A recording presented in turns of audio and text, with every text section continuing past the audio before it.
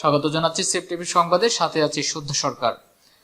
বাংলাদেশি মায়ের কাছে থাকা 3 বছরের সন্তানকে আমেরিকান বাবা সপ্তাহে 2 দিন প্রতিদিন 6 ঘন্টা করে দেখতে যেতে পারবেন আদেশ দিয়েছেন হাইকোর্ট।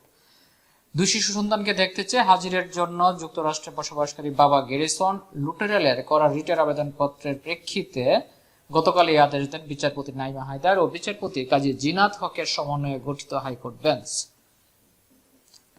আদালতে গ্যারিসনের পক্ষে ছিলেন আইনজীবী ফাউজিয়া করিম ও ফিরোজ ও ব্যারিস্টার সজীব মাহমুদ। সন্তানদের মা ফারহানা করিমের পক্ষে ছিলেন আইনজীবী ব্যারিস্টার রুহুল কুদ্দুস কাজল। ছোট বাচ্চার বয়স মাত্র 1 মাস, তাই শিশুর কল্যাণের কথা চিন্তা করে আরেক জায়গায় এনে দেখা করার জন্য বলা হয়নি। এ বিষয়ে পরের আদেশের জন্য 16 জানুয়ারি দিন রেখেছে আদালত। গ্যারিসনের আইনজীবী সজীব মাহমুদ জানান, গ্যারিসন রবার্ট লুটেরেল আমেরিকান নাগরিক। 2018 সালে বাংলাদেশি নাগরিক ফারহানা করিমকে বিয়ে করেন। এই ছিল এখনকার সংবাদ। এছাড়া দেশ বিদেশের সবশেষ সংবাদ জানতে চোখ রাখুন সেফ টিভির পর্দায়। ধন্যবাদ সবাইকে।